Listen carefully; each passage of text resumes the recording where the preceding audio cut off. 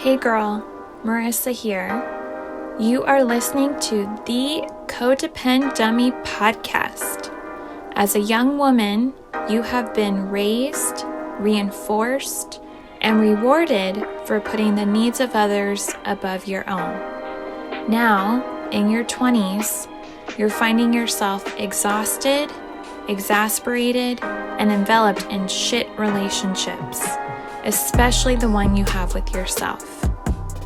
Codependency is a way of being where we put the feelings, wants, and needs of others above our own in an unconscious attempt to meet our own feelings, wants, and needs. Sorry to break it to you, sis, but that is not sustainable. This podcast is to help you undo all that so you can stop playing small and start taking up space, you dummy. Let's get to it. Greetings, everyone. Today, we are joined by Melisa Keenan. She is a USA Today bestselling author and CEO of a multi-six-figure international intimacy coaching company. She supports high-level businesswomen to reclaim their femininity and sensuality to create deep intimacy. She works with soul-driven female leaders who know that living the dream is only as fulfilling as their most intimate relationship, and their impact is only as wide as they are willing to go deep within themselves. Melissa, thank you for coming on the podcast. Thank you for having me. Mm-hmm. All right. So for starters, I'd love to hear your take on how you define codependency. Okay. Typically, if I'm in with a client and they're like having this question, I break it down by giving them something to compare it to or contrast it with. Codependency, I would say, is when you're all mashed up with somebody and your happiness completely depends upon the other person. The opposite of that is independence, where you're in a relationship and nobody needs each other and nobody wants each other either. And so we don't want either of those. What we really want in a relationship is interdependence. And I didn't come up with this. It's been around. I just love it. Interdependence is I'm a sovereign being, you're a sovereign being, and we choose each other because we want each other. Mm-hmm. Right. So comparing and contrasting, mashed together, completely like no mashing, anti-mashing. Yeah. And then for independence and interdependence, sovereign beings. Yeah. Choosing each other. Because they want each other.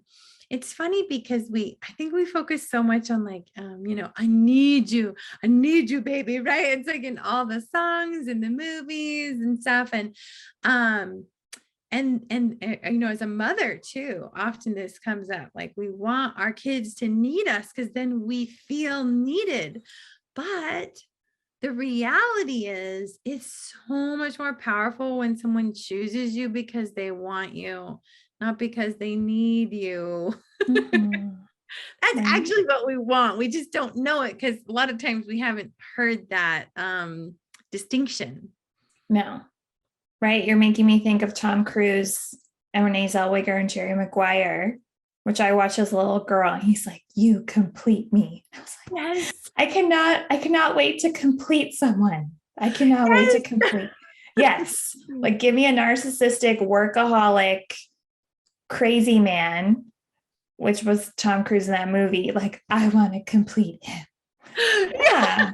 I love Terrible. That so much. And it's sweet. Like, I think that when you really have that sovereignty, you can re-engage with all the media and find sweetness in that. But until then, it's like, oh yeah, we should definitely look at how this is a little bit creepy. And it's also giving us results we do not want. Right. Right. So I'm curious if you can share some examples of codependency from your own life? Ooh, this is so good. Yes. Thanks for getting personal about it. When I was 20, we'll start there. My mom is an addict and has been an addict my whole life. Higher functioning and lower functioning at varying times, at varying degrees. And it was really, really affecting me again in my 20s. We had just reunited after not being together. Didn't see her all through junior high and high school. We didn't have any contact. And then we reunited, and then she was doing really well, functioning really well, and slowly seemed like she just started to decline again. And I couldn't understand what was going on. I was like grasping for like this version of her that I had gotten to experience right after I graduated high school, and like what was going on, you know?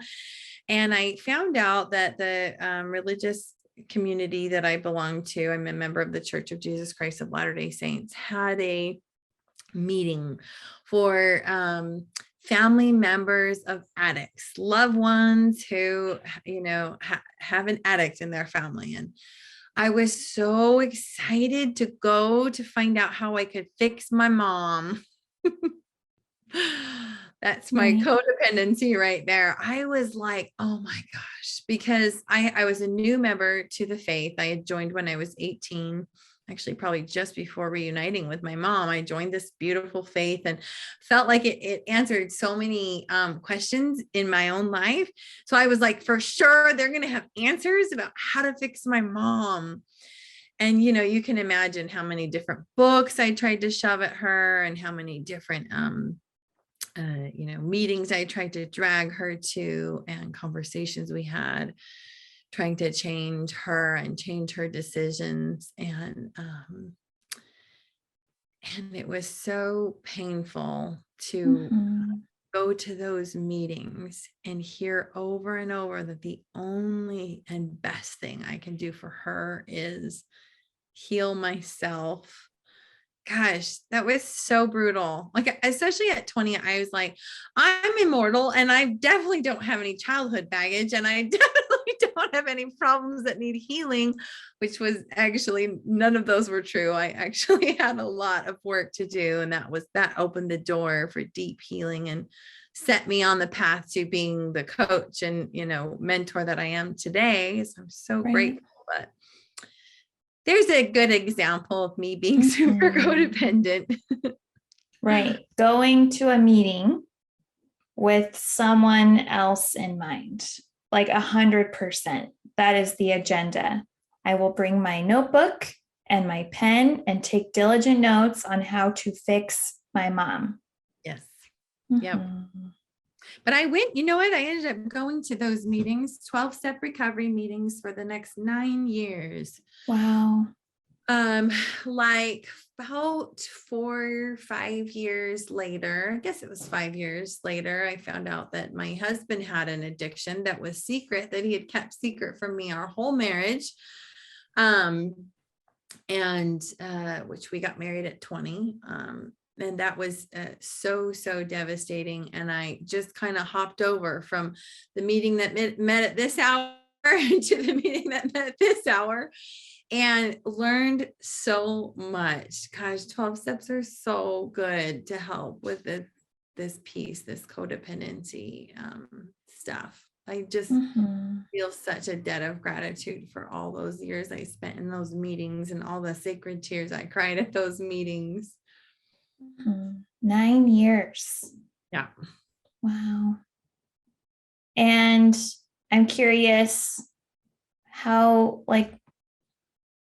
are your relationships with your husband and mom today? I love that question.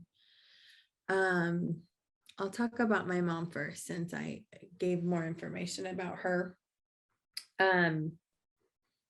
It's always been rocky.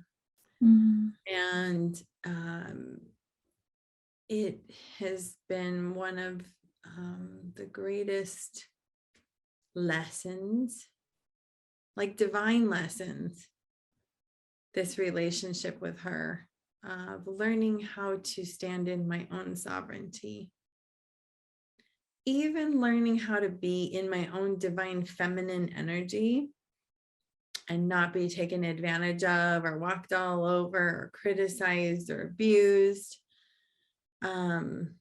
It's been such a journey, and I hold her with so much tenderness, but right now we're not speaking again. I kind of came to a place where I had made several requests of her, trying to, I don't like to use the term actually set boundaries. I like create agreements better. Trying to create agreements with her and was not successful. Those agreements were, lip service only. And I don't even judge her for that. Like I know that sometimes the people in our lives, they don't mean to be so toxic. It's not like, they're all malicious and evil at heart. Like I see her and I love her and I have so much compassion for her. And I also have no tolerance in my energy for negativity and toxicity and dragging me down or trying to, tell me that I'm a bad daughter or, these things. Like it was just like, this can't be. So that's where that relationship sits right now. My husband and I, we ultimately separated for 6 months, probably highly in a codependent effort actually to control him and get him to, I recognized anytime I was saying that out loud or in my mind, get him to, that I had to go, like stop signs up. Like, I'm not going to go there. That's not the direction that I need to be focusing my energy. Get him to. That was like a great little, anchor phrase for me. Right. So, we separated, we came back together, worked for about 2.5 years after that, still not 100% sure if this marriage was going to make it or not. And learning this lesson, this journey of codependency to interdependence. But ultimately came to a point one day where I just realized, like, we have created the most beautiful intimacy and connection that I didn't even know existed. Like, I didn't even know I could feel these feelings, this kind of happiness and fulfillment due to a relationship, because I'd never seen it modeled and I'd never experienced it before. And that actually was the birthplace for me wanting to go and help women. That's like where my business was really born, was me going, like, women need to know. I think I lived all that time in that difficulty with my mother and my husband. And I had all these little kids. Gosh, when we were separated, we had 3 kids. Now we have 4. Feeling like jaded, like the media and the world had lied to me and it was all a fairy tale and fairy tales aren't real. And I actually feel the opposite now. I feel like, no, like not fairy tales. And if they are, then fairy tales are real. Like, it can be amazing. Like, we can heal from all our messy relationship stuff and have amazing relationships. Right. It's just not as easy as fitting your foot in a glass slipper. Yes. You have to put the glass slipper on and like marry him and fight with him and make up and learn communication and set agreements or create agreements. And so I am curious, with your focus on women, high-level business women, we picture, and you started to describe the typical image of a codependent, a doormat, a people pleaser, a partner of an addict trying to control him or her. How have you witnessed codependency in the high-powered business women you coach? That's such a good question. Well, I would say really at the core, high-powered business women are just people too. At the end of the day, our hearts are still as fallible and as vulnerable. And so, gosh, I know that I want to speak this from a place of tenderness. So that's why I'm speaking slowly. Because Yeah. if she's listening, if she's listening, I don't want her to feel judged. I want her to feel understood. I think that especially single women running a business, the dating world becomes very complicated. Like now she has to worry about how he's going to feel and if she's going to make him insecure because her income is more than his, and she has to and then she's got a checklist in her mind because she knows that she doesn't want to be taken advantage of, and et cetera, but it's frustrating. And it's like, why doesn't this just go as easy and systematized as my business goes for me? And so, and she's guarded because it's like people have taken advantage of me on my climb through these business hoops. And I only show my heart to the truly privileged, And so I think she definitely has codependent tendencies. They just show up kind of all twisted up. I do see business women in that scenario, often dating men who end up kind of being leeches, like doesn't have a job. He praises her and thinks she's wonderful and like fulfills a need of like comfort and not being alone. Like, now I have a partner or a companion, but he doesn't excite her. He doesn't stimulate her mind. He doesn't and over time, what ends up happening is she determines like she may lose her sex drive because he doesn't seem to stand for much. He doesn't seem to, there's nothing about him that really excites her or sparks that desire. So I do see that playing out for business women. I also see business women, again, because there is this insecurity, which was, been created from a lot of our societal issues, that if she makes more money than her husband, even if her husband is abusive or treats her really poorly, she may stay because she doesn't want to be alone. And that's really hard, and she also doesn't want the world to know that she doesn't have her relationship stuff figured out. So there's a lot of messy relationship dynamic that can potentially happen for high-level business women. Right. So we picture them as independent and like not caring what other people think. And yet underneath these decisions, especially in their relationships, you do witness and observe like just this covert codependency. Right. Yeah. And you talked about intimacy earlier, and in the content I've read from you talk about intimacy, right? You create deep intimacy for your clients. What is true and deep intimacy? And we'll start with that. I love that. I love intimacy.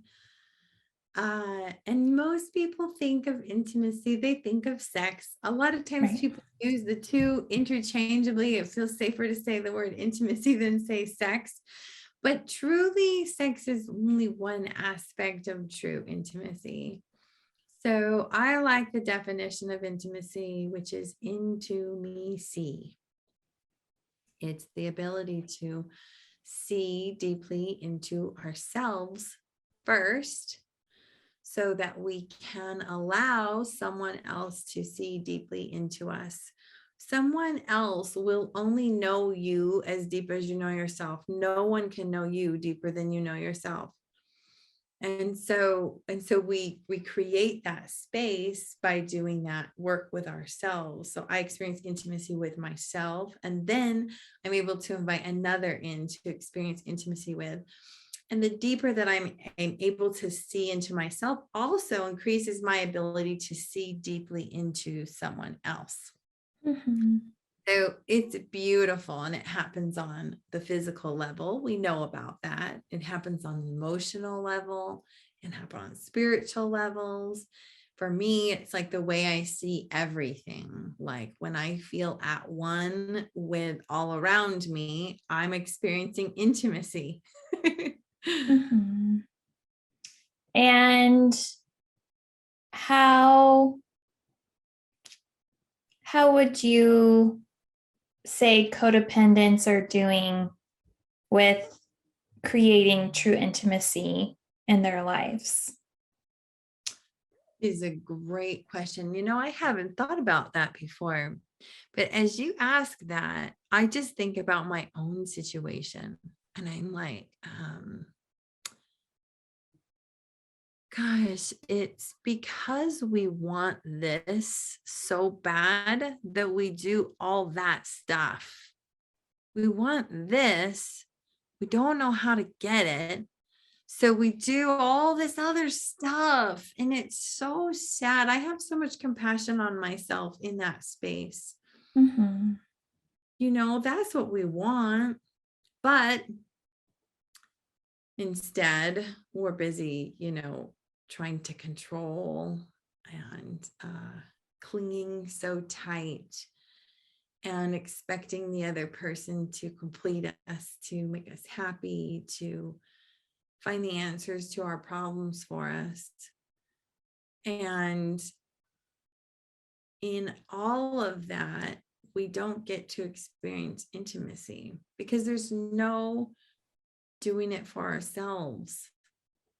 We're not doing the intimacy with ourselves. Mm-hmm. So as much as I, was clinging to my husband and trying to get him to, there it is again, trying to get him to anything, be more present with our family, whatever it was, see me, appreciate me for more than just the things that I do, or for more than just my body, or, those kinds of things. The more that I tried to do those things, the more that I put up huge walls and barriers between us, filled with resentment, and then even more like loneliness for me. Mm-hmm. Yeah, and prepping for my questions, I said, how come we can't go the codependent route and into you see, then maybe into me you'll see? Like it's just completely backwards. Like here you are going this meeting, how do I fix my mom? How do I learn everything I can about addiction, about my mom and addiction? And then eventually she'll see me, right? Right. That's what we think. It's so true. Mm-hmm. It felt like such a liberation. Like at some point, it didn't feel so grueling anymore. It didn't feel so painful anymore to let go and say, I don't have control, and I can be in surrender, and I can trust like the universe and the powers that be that I don't understand. And I can just go in and like create what I want for myself. At some point it became so liberating and like delicious. Like I hated when people would say the answer is self-love, the answer is self-care. Like I would be like, oh, I don't even know what that means. Like I hated those answers so much.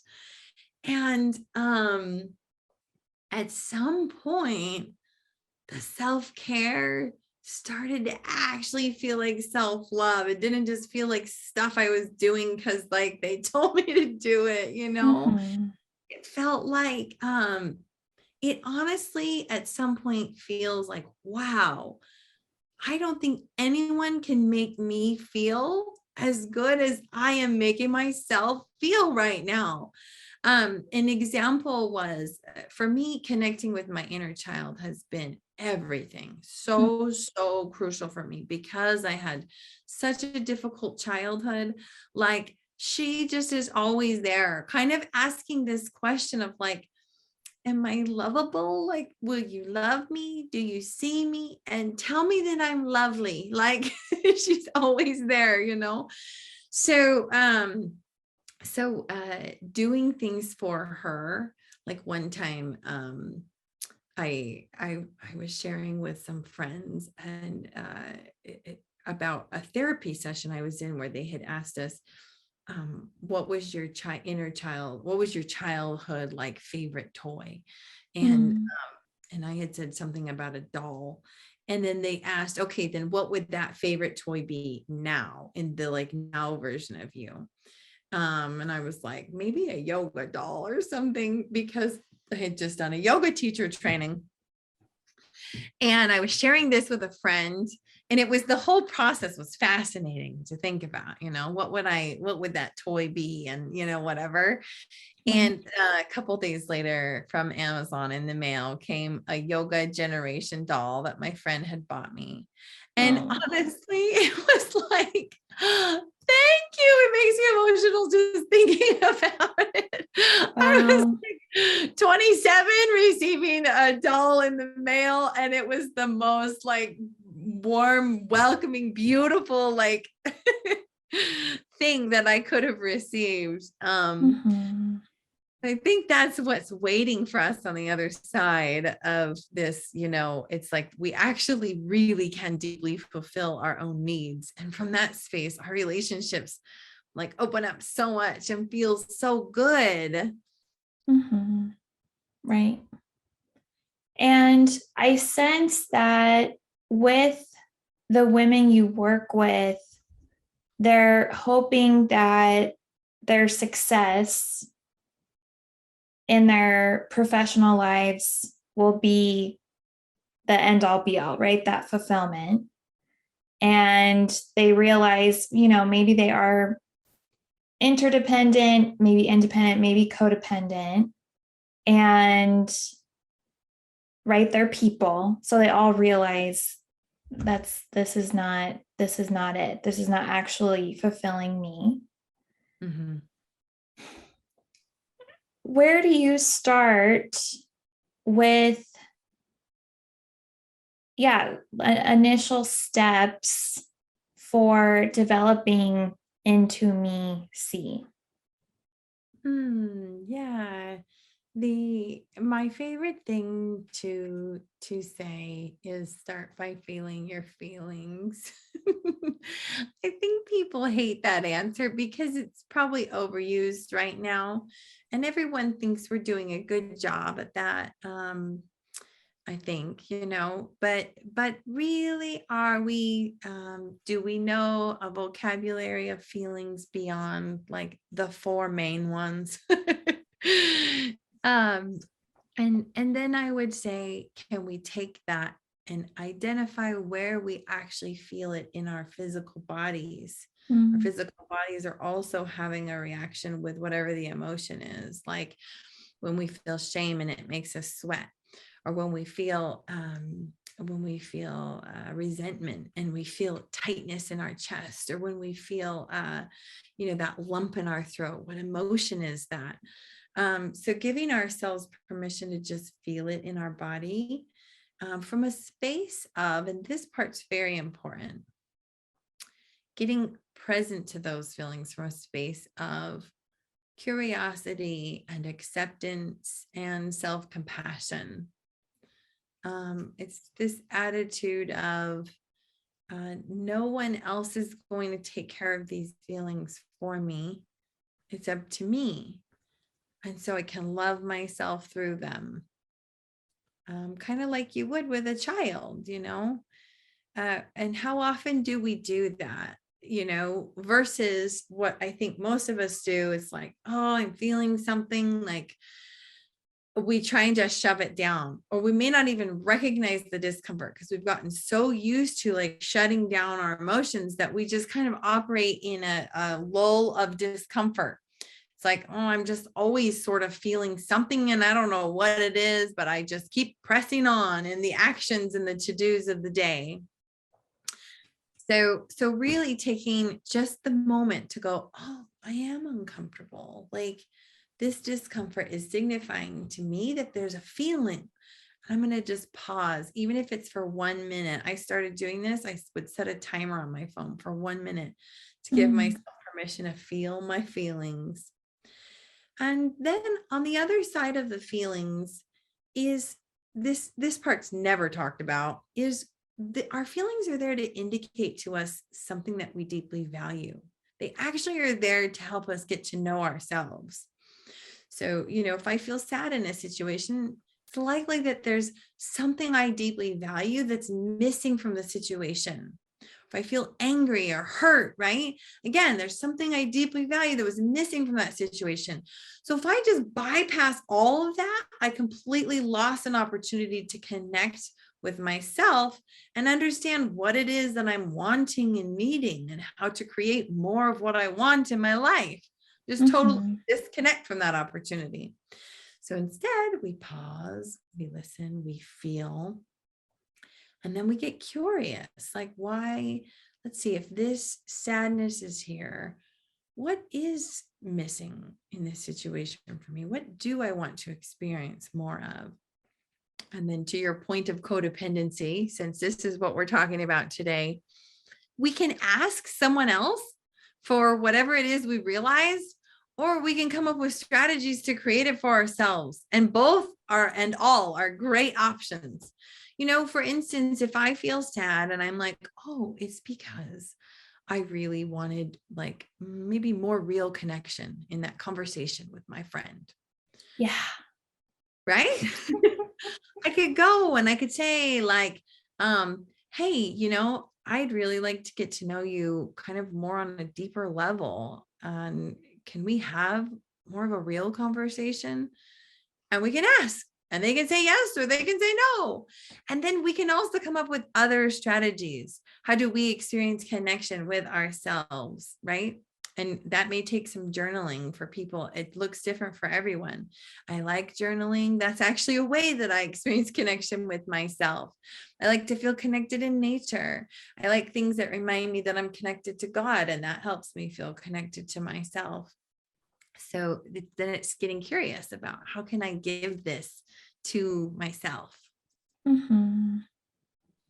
Right. So I'm curious if we can apply these amazing steps to, I actually did have this year, 2022, I'm trying to create more community. I have a twin sister. I have my older sister. I have 2 best friends who live too far to go on a hike this weekend. So I'm like, I need some local friends. I love my sisters, but I need people to talk crap about my sisters with at times, right? And it's so interesting that you brought up, right, a like feeling unfulfilled after a interaction with a friend. So last week I met with he's a colleague, and I've seen him in different circles. He seems cool. So I was like, oh, I'm gonna hit him up and we'll have a virtual coffee because COVID's popping off again in LA. So we met. It went okay, but we got off. Okay, so curiosity, acceptance, and self-compassion. I was feeling disappointed, like, oh, like he seemed cooler than that. And yeah, I think I was like, it's okay, Marissa, you're trying to create community.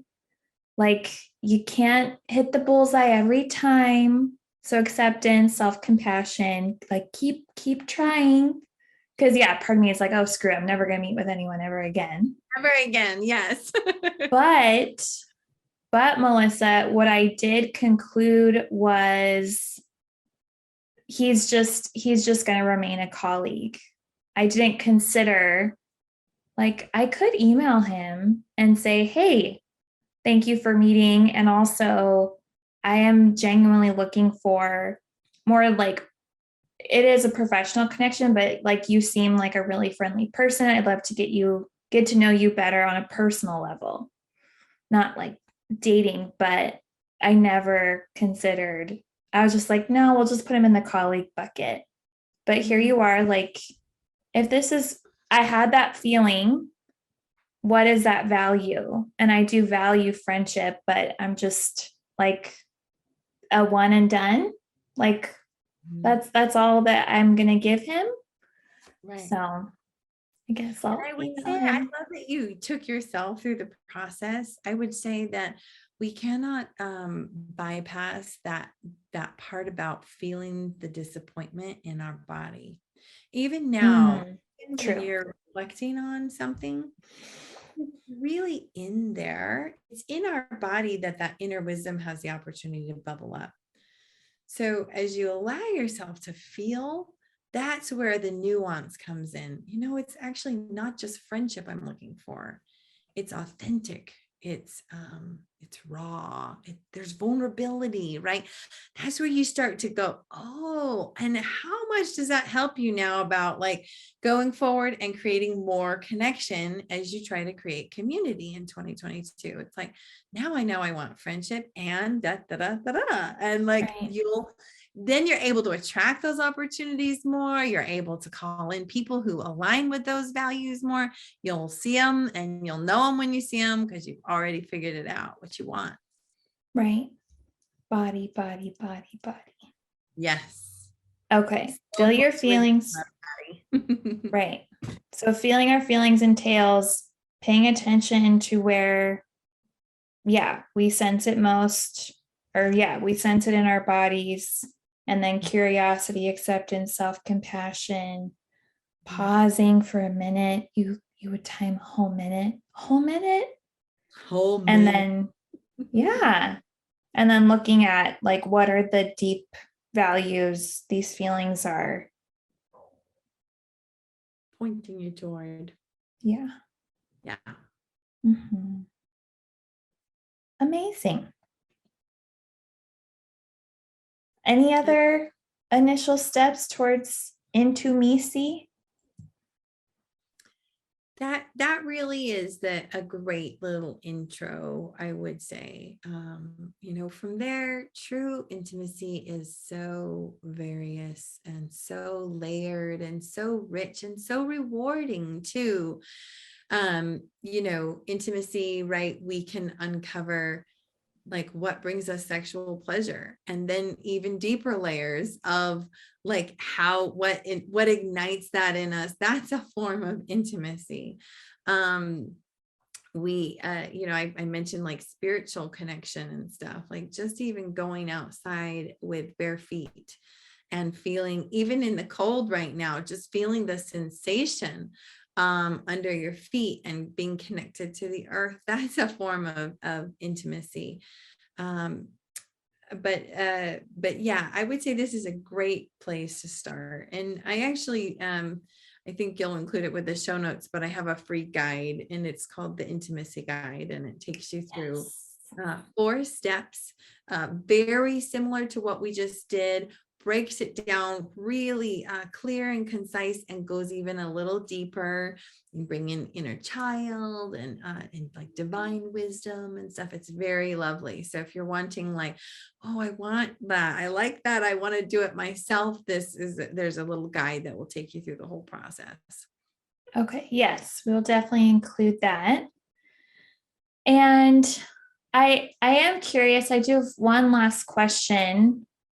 Most of our listeners are in their 20s, in their 30s. So they are that 20-year-old going to a meeting to learn how to fix their mom, finding out after years that their beloved husband has been hiding an addiction. Like, they are you, just, finding a podcast that talks about what they're going through. And Melissa, here you are coaching and providing so much wisdom from what you've been through, 9 years of meetings, and discovering that fairy tale does come true with the intimacy you have with yourself and with your husband. You're currently not talking to mom, but you're like, that's currently, and it's been rocky and it's an opportunity. What would you say to that 20-year-old who maybe had a terrible holiday with her family, and she's doubting if it'll ever get better? This is such a gift because I don't often get to share these parts of my story. I focus a lot on business and helping business women and stuff. And so it just feels like such a tender question. I think I would just scoop her up, like cradle her, like, come here and let me just hold you and everything is going to be okay. Because I did all that stuff because I was just terrified. I didn't know how to survive in this world. It was big and scary. And I wanted to show that I had it all figured out, and I didn't. And it was okay that I didn't. And I think that's what I would just tell her. Plus some hints about, like, look how cool your life is going to look when you're 34. Because that would have helped a lot. Just to know that, things weren't going to feel like suffering and misery forever. Right. And right, thanks to you sharing your story here on other podcasts and with your content, you are giving hints, right? Not to you personally, but to that 20-year-old who is listening, who, right, your story does resonate. So you're like, hint, hint, like this is where you can be 14 years from now. Mm-hmm. And a lot of work, a lot of pain, a lot of healing. Mm-hmm. And yeah, it's not like I sense in my codependency, I thought I was doomed. Yeah, just doomed. But you're like, no. I love in the 12 steps, and it's funny because I don't often refer to them anymore. There was like a chapter in my life where that was everything. And now, now it's just a kind of just a beautiful integrated part, I think, of my life. But surrender, gosh, it's everything. And it's a funny thing about surrender, because I think I kept thinking I was surrendering all along the way. But hindsight, I'm like, oh yeah, no, there was a moment when I really, really surrendered, and like a lot, like, and that's when that was like a hinge point for me, when things really started to shift and change, when I was really able to access that, like from the depths, like, I surrender. And that's really when I was, able to begin to feel like, and it was a slow process, but begin to feel like there was hope and there was peace and this determination in me that I would be happy no matter what anyone else around me was doing or how unhappy anyone else around me was. And it felt so good. Sounds so good. Yeah. All right. Well, thank you so much for coming on. I'm curious, if someone wants to find you, where should they go?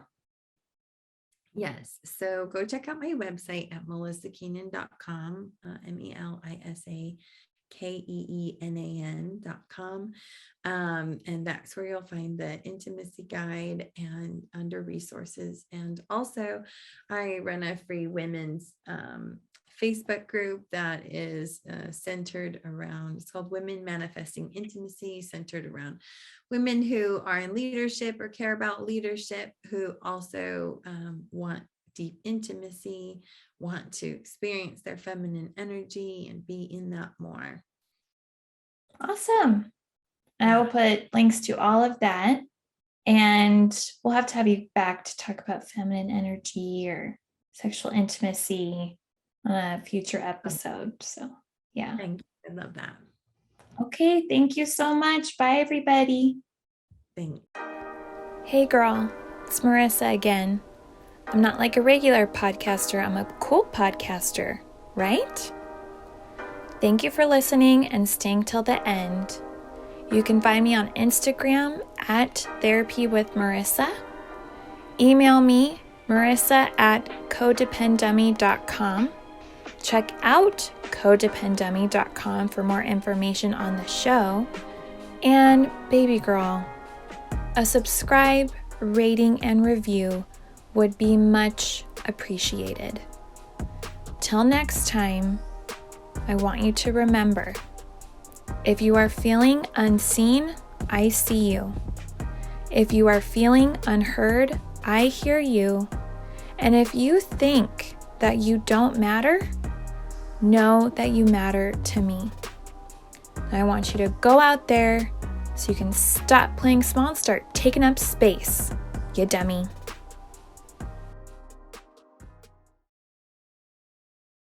And now, the disclaimer.